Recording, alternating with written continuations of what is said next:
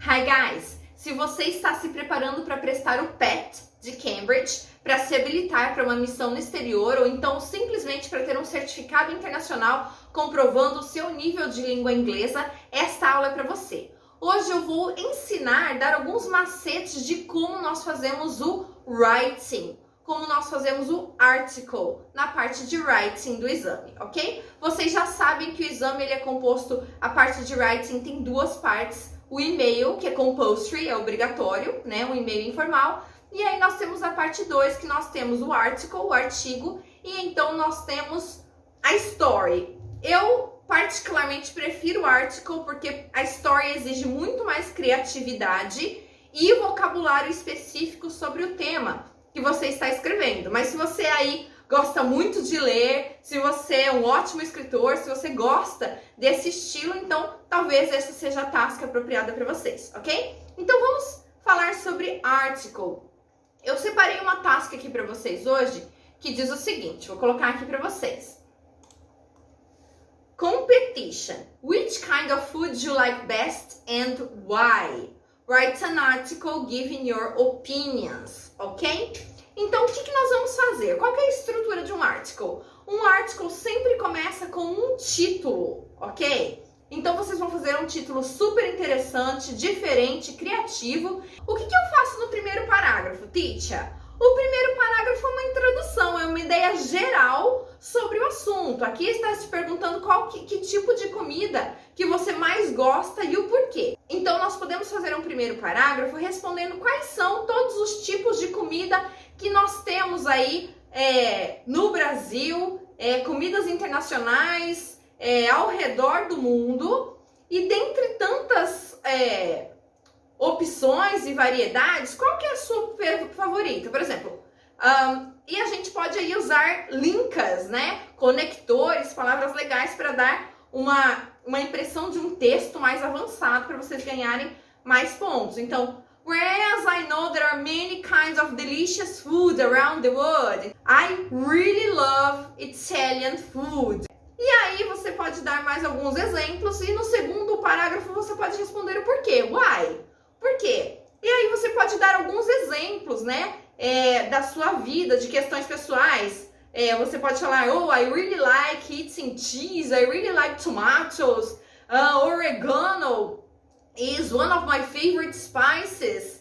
E aí você pode falar alguma coisa sobre você também. When I was a child, I went to my grandparents' house and my grandma used to make delicious pasta and pizza for us. Então você pode dar alguns exemplos de tanto a questão do sabor como alguma coisa pessoal que influenciou, que te levou a escolher este tipo de comida como seu predileto. Em inglês, nós só mudamos de parágrafo quando nós mudamos de tópico. Então, 3 parágrafos são suficientes. Nós podemos escrever em torno de 100 palavras, 10% para mais, 10% para menos. Então, esses 3 parágrafos aí com respostas breves, mas com exemplos e bem elaborados, já devem culminar aí em 100 palavras. Sempre, se vocês não forem fazer o computer-based, se for o paper-based, é legal. Todas as vezes que vocês acabarem de escrever um parágrafo, conta quantas palavras que vocês já escreveram,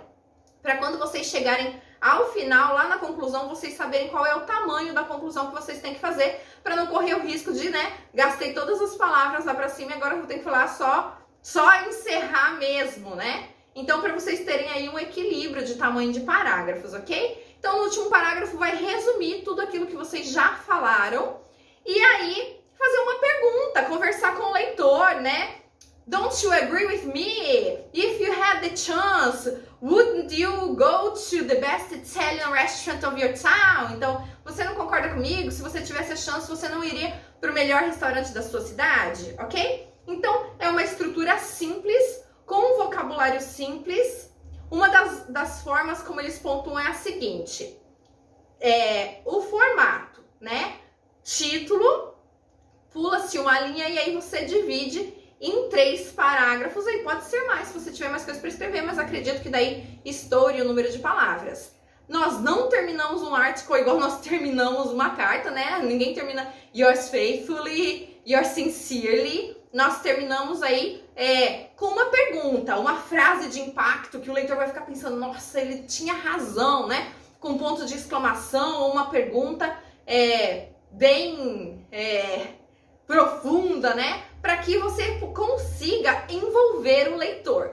Então, a primeira pontuação é task, a segunda é a questão de English. Aí você vai me falar, teacher, eu preciso usar um vocabulário, uma estrutura gramatical bem rebuscada, né? Usar os conditionals lá, first, second, third, um present perfect continuous.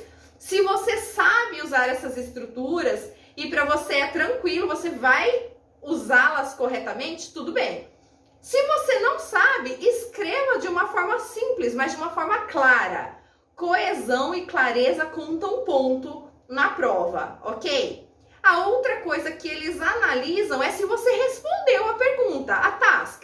Tá lá perguntando which kind of food you like best. Você vai lá e fala assim, I like Italian food because every time I go to the cinema, I eat, sei lá, né? Porque no cinema a gente come popcorn, mas aí você acaba devaneando, vai dar um exemplo, esquece do que você estava falando, esquece que era de comida, daqui a pouco tá falando de filme, né? Aí vai perder ponto mesmo. Então a gente tem que, esses 3 pontos são formato, o contexto, respondeu a pergunta em inglês.